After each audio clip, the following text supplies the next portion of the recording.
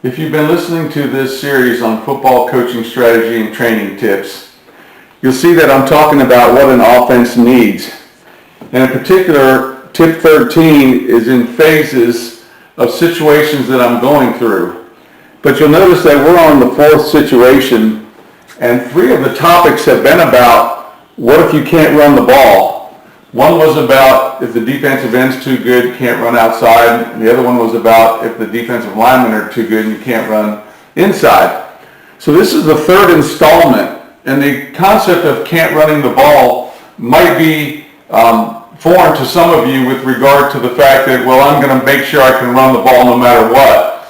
And what I would say to you is that what I found over my career coaching over 400 games is that the farther you go in the playoffs, the harder it is to run the ball because the defenses are better, the teams are better, and the coaches are better. So they're going to take away what you do really well. So that's what I found out just through experience. The second thing is unless you have the best linemen and the best running backs, that it's really hard to run the ball consistently against opponents because you're going to face opponents who have bigger defensive linemen, better linebackers, and maybe even better coaching. So unless you have the best personnel, and if you intend to go far in the playoffs, you're going to come to the point where you just can't run the ball consistently, okay? And so this third installment is about S.H.O.W.S, is about putting in your offense the S.H.O.W.S routes. And what S.H.O.W.S stands for is Slant, Hitch, Out, Whip, and Seam. So it's the short routes that you want to throw, and the reason that you want to throw them and the reason you can't run the ball is that the linebackers run fit are too good. So if you've played some coaches and some defenses where those linebackers are aggressive, they run really well, sometimes they run as fast as your running back, their fits are so good that it's hard to run the ball even if you can block the defensive line and the defensive ends, okay? So that's why we need the S.H.O.W.S routes, is to be able to throw these slant, hitch, out, whip, and seam to do that. So what does that happen when we do that? Well, first of all, it controls the linebackers. So you have to control the linebackers to be able to run the ball, and running these S.H.O.W.S routes allows you to control the linebackers. Well, how does it allow you to control the linebackers? Well, the linebackers have dual responsibilities, meaning they have a run and a pass fit that they must have. And to do that, they must have a read to do that. Okay, that read tells them which one to fit on, all right? And they're the only position that has a read. In other words, the D-line will play run first and pass second. And the DBs will play pass first and run second. But when you coach linebackers, you give them a particular thing to read, whether it's the guards, whether it's the running back, whether it's a certain alignment, to tell them where you think they're going to fit in terms of reacting to the particular play. So, and they have to be right, because if they run fit and it's a pass, then they're not helping with the DBs in the pass. And if they play pass and it's a run, they're not fitting in the run and they're not helping the D linemen. So we know that their dual responsibility with a read gives us an opportunity to slow down their run fit with these S.H.O.W.S routes, okay? So what we're going to do is we're going to slow down their run fit so we can run the ball again, all right? And we're going to do that with our S.H.O.W.S routes. And the S.H.O.W.S routes are these 5 to 10 yard passes, which is that linebacker cover zone, all right? In fact, some people coach their defense that they're going to drop to 8 to 10 yards and they're not going to even cover any pass underneath the 8-yard area. And you'll see that in some of the clips that I present to you. You'll see how deep those linebackers are dropping. So we're going to make sure in our S.H.O.W.S routes that we can take advantage of this 5 to 10 yard pass area, okay? To get the linebackers thinking that they've got to cover that, because we're going to throw these 4 routes into these areas, okay? So why is it really effective? Well, number one, it also helps slow down the blitz, because if they blitz a linebacker, a S.H.O.W.S zone is open. One of these zones is open because that's what the linebackers have to cover, okay? If they aggressively fit into their run gap, they're late coverage zone. So we can make sure that with throwing our S.H.O.W.S routes that we take advantage of an open zone, and we put doubt in their mind, because what happens is if you throw one of these short routes and you dump it off to 5 yards on the slant and it goes for 20, that puts doubt in that linebacker's mind, because he just gave up a 20-yard gain because he wasn't in his pass coverage zone. So we can slow them down, we can help eliminate blitzes, and we can slow them down from being able to fit in the run game by being really good at throwing these shows routes, okay? So what happens is well, really play action shows is the best. So if we can fake it to a running back and throw one of these shows routes, that's the best, because that makes their read harder. And what I would coach the quarterbacks on in terms of making a good fake is we're basically going to run option in terms of we're going to have the linebackers just sit. Or if they're really aggressive and they come to the line of scrimmage, we're going to influence them to get in their run zone, and then we're going to throw it behind them, okay? Because it's going to make their read harder when we do a play action. Now, I'm not talking about doing an RPO where the quarterback is reading the linebacker or reading a defender and then deciding whether to give or throw the ball. I'm talking about a pure play action where we fake the run and make it look like a run, and then we throw into one of these zones, okay? So I'm not a fan of the RPOs, which I'll talk about in a later edition, but this is play action. The second thing of what we want to do is we're going to do drop back shows where it's a 1 or 3 step drop and the ball's coming out. And what this prevents, it prevents deep linebacker drops, which are 12 to 15 yards, okay? And how does it do that? Well, most of the time, the defenders, the DBs, the linebackers will read the drop of the quarterback to know when to stop the depth of their drop. So if we take a 1-step drop, the linebackers are going to sit right in that area, and we take a 3-step drop, we're going to influence them to just hang out, and we're not going to allow them to get to that 12 to 15 yard area, because we'd like to have that area clear as we go down the field. If we throw all these shows routes, we can clear out this 12 or 15 yard area by simply throwing these drop back shows routes and getting the ball out quick and attacking this 5 to 10 yard area. We can throw them down and open up that intermediate area to be able to attack that, okay? The other thing drop back we're going to do is we're going to attack the alignment leverage. In other words, if we've got a slot receiver and the linebacker is playing too far inside of him, we can throw a hitch, we can throw an out, and get it to that guy really quick. So we can attack the leverage that they're playing, because they have to line up in either their run position or their pass position. So those are the things that we're going to do, and we're going to show you in the videos of how we can use the show routes to influence us to be able to run the ball again when we can't run it because the linebackers' fits are too good. So let's take a look now at throwing the shows routes and how it affects the defense. And that is a slant, hitch, out, whip, and seam.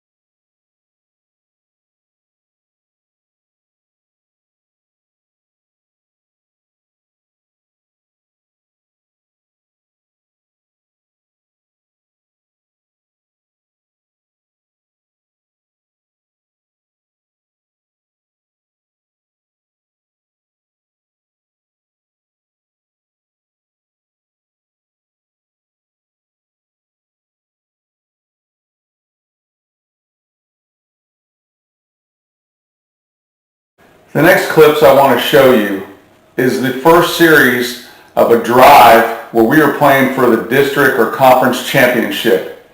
And what I knew about this opponent is that they had a very strong run defense. And I felt like we could block them, but I didn't think we would get a lot of yardage if we just tried initially to run the football, because I thought they were better than us up front. They were well coached, they were physical, they were aggressive. And even though I was coaching the offensive line, I said, we got to tire them out before we're able to run the ball with some effectiveness.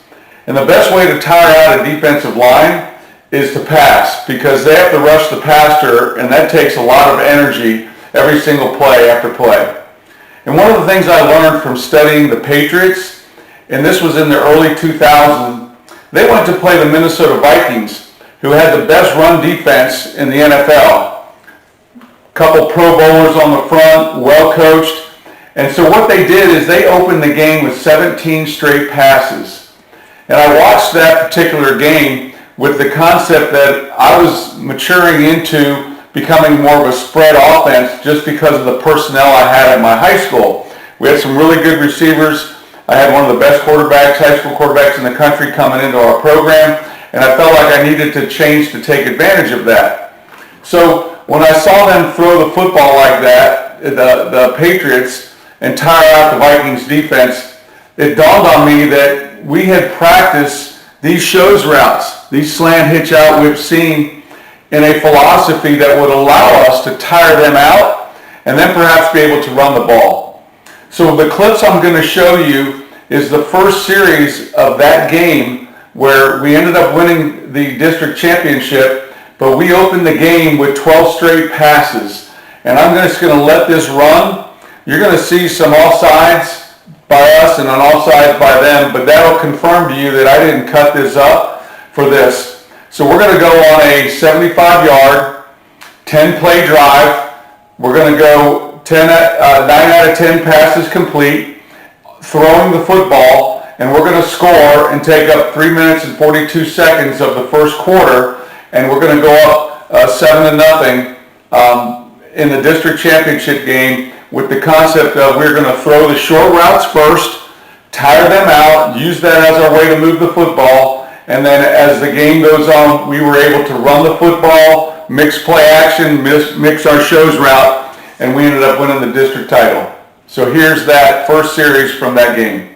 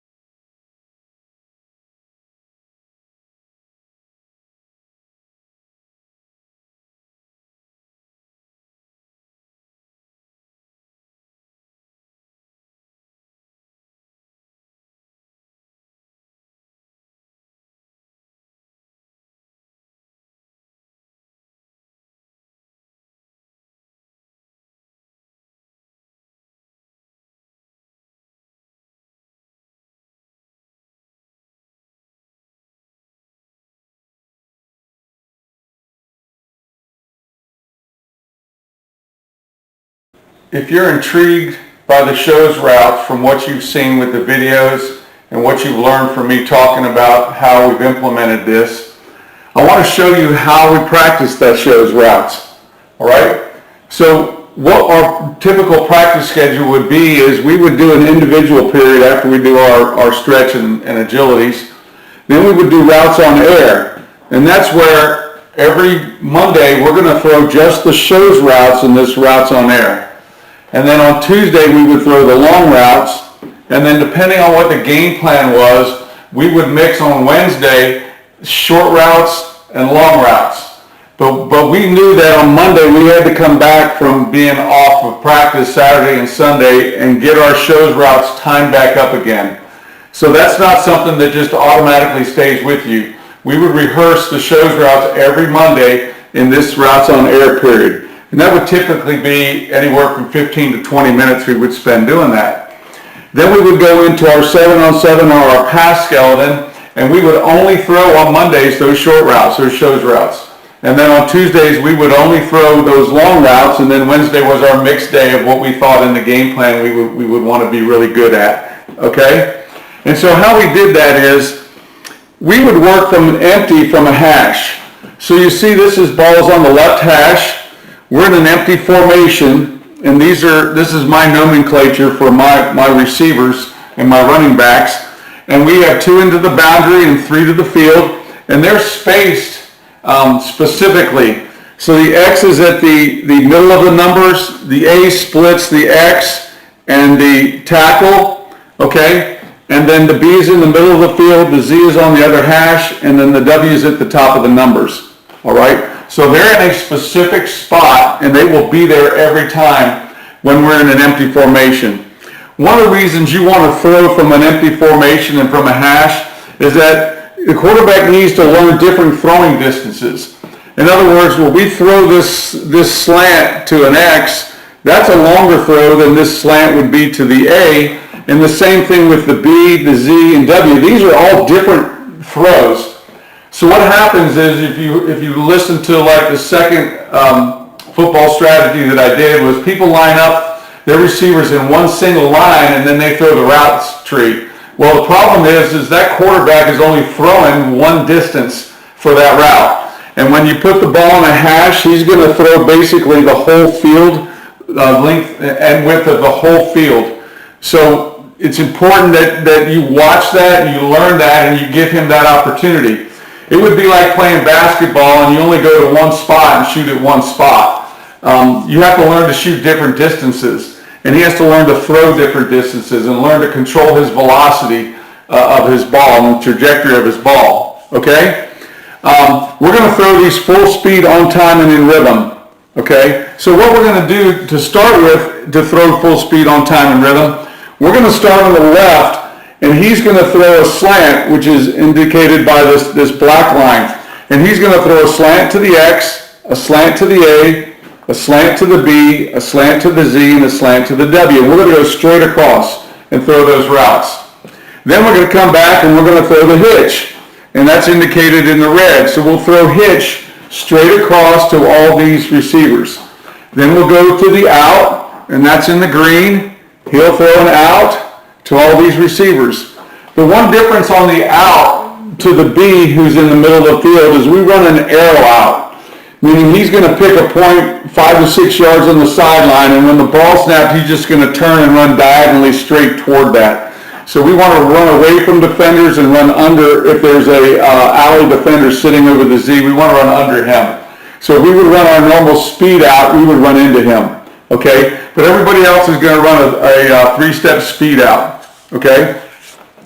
Then we do the whip, and the whip is a slant, 3 up, 2 steps in, and then we're going to return back to the outside. We know that people will jump the slant, so we have to have a double move route, in essence, to not allow them to do that, and that's what the whip route is.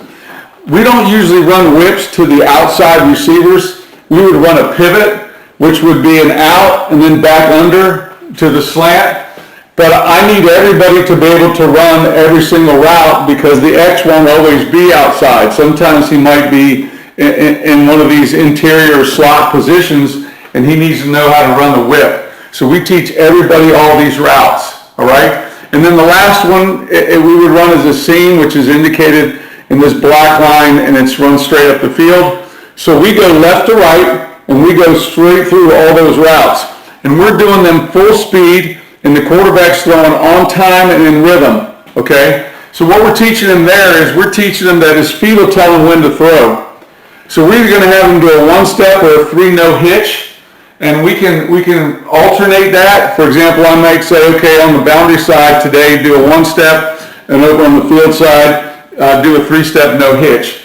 But his feet are going to tell him when to throw. When he hits his back foot, the ball is coming out, period. We don't allow him to hitch. We don't allow him to stutter. We don't allow him to do anything other than when his back foot hits, the ball comes out. So his feet tell him when, and his eyes will tell him where to throw the ball. So obviously there's no defenders when you're throwing routes on air, but we have a specific location where all these balls need to be completed, okay? And that location is if we're running across the field, and I've articulated this in some other videos. If running across the field, then he's looking at and throwing it to his chest. So we're not looking just to throw the ball and complete it. I want a specific location that he throws these balls so his eyes have a specific target. If we're running up the field, okay, then it's head height, upfield shoulder. Head height, upfield shoulder. So if I'm running up the field, he's going to throw it head height, upfield shoulder, because we know that defenders can put their hand in the passing lane similar to basketball and get any pass from the neck down. Okay? If he's running an out route or an outside route, it's head height, outside shoulder. Okay? So he has a specific place when we throw routes on air. We don't just throw them to complete them. We throw them, and I expect him to know these particular areas with his eyes where he's going to throw the ball and where we're going to complete it in routes on air. All right? So you might be asking, when did we work on the receivers in terms of their stance, start, and route cuts? Well, I do that here. I don't do a specific period for that individual stuff for the receivers, okay? So we expect the receivers to go full speed, and this is where we coach them on stance, start, and route cuts. We coach them in our routes on air, not in an indie period. And I found that we get a lot better production out of that drill because no player wants to just line up and work on their stance and start and sprint 5 yards, okay? After a while, they get bored with that, and they don't think it has a purpose, or they don't even think they know how to do it. But when you put them in this particular setting, I found that we get a lot better results, and we make sure that we're coaching them during this period on that. All right? The other thing is, number 4, there are landmarks for completions. So we're not just throwing it and catching it. For example, if we're going to throw the slant to the W, I expect that to be caught on the hash. So whether he's doing a 3 or a 1-step, when he throws it, his speed and the timing of the quarterback should catch that right on the hash. So every particular route we throw in this shows progression, I'm looking for an area on the field where we're going to throw it. I'm using this as an example because sometimes you'll get people, and you'll see this, you've seen this in the video, where they'll have a Sam linebacker sitting here. They have a safety over top of the Z, and then the corner's over here. So this area over top of the Z is wide open because they're playing cover 2 against a 3-receiver set, which doesn't really work very well. So that's why I expect it to be caught in certain areas, because I know based on the coverage where those areas will be and that we can exploit throwing our shows routes. And that's what you will have seen in the video. And if you go back and watch the video again, you'll see that we're catching the ball in areas where people are not able to cover us. All right? Because we have these landmarks for our completions. The last thing I want to tell you when you coach this particular stuff is you got to teach a mindset. So our mindset is we do not drop footballs. Okay? We know that the mind controls the body. So if you want the right actions from your receivers and quarterbacks, in particular receivers, you've got to give them the right mindset of we don't drop a ball. If you can catch one ball, you can catch them all. It's no different. So if you've caught a slant once, you can catch every slant, if it's within the realm of your possibility to catch that. All right? So we're teaching a mindset with this. We're teaching them the full speed mindset to the receivers. We're teaching the quarterbacks on time and in rhythm. We're giving him different distances to throw so we can work on his velocity. We're telling him that his feet tell him when, his eyes tell him where. We're making sure the receivers are good with their stance, start, and route cuts. And then we tell them that there should be no drops. We should be able to go this whole period and not drop a ball.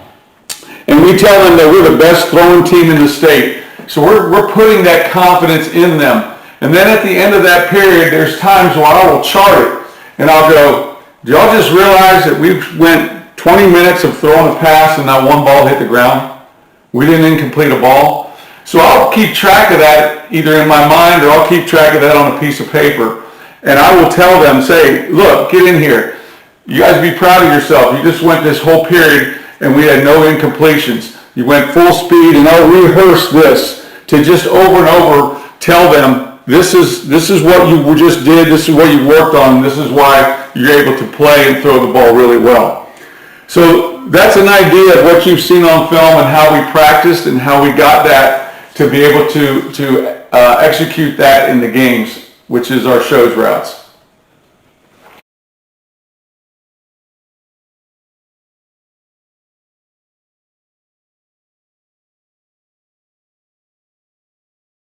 So you've watched these S.H.O.W.S clips, and maybe you're thinking about implementing some part of this passing offense in your offense.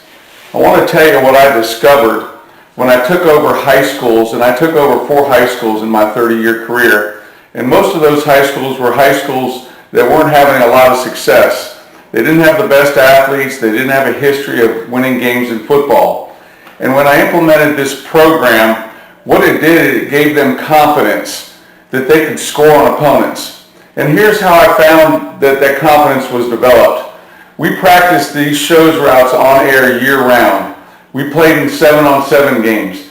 And what I found was that our receivers running their routes year round became better at the technical aspect of playing than the defensive backs did defending them. Because rarely do you see defensive backs out on the field by themselves working on footwork, working on hip turns. And rarely do you see them out there covering receivers one-on-one. So by implementing these S.H.O.W.S routes and practicing them year-round, we were able to become technically more proficient at running routes than the defenders were at covering our routes. And so that's what gave them confidence and the ability to be able to go out and execute these show routes like you saw in the film. These S.H.O.W.S routes that I presented to you, the slant, the hitch, the out, the whip, and the seam, those were all filmed from a team that I took over that had won the fewest games in the history of the state of North Carolina. And they were able to practice those, implement those, and in year 3 went to the 4A state playoffs, which was the first time in the history of the school that they'd been to the playoffs, and was the first time that they'd had a winning season in the history of the school. Those S.H.O.W.S routes gave them confidence to play against teams in our conference that were winning state championships, and we were still able to score and able to move the ball, which you know that if you have an offense that can't move the ball and score, it's one of the most demoralizing things that you can experience as a coach or as fans or as players. So consider these S.H.O.W.S routes if you're interested in having a team that can move the ball at the critical times when it's hard to run the football, and these S.H.O.W.S routes will be able to help you.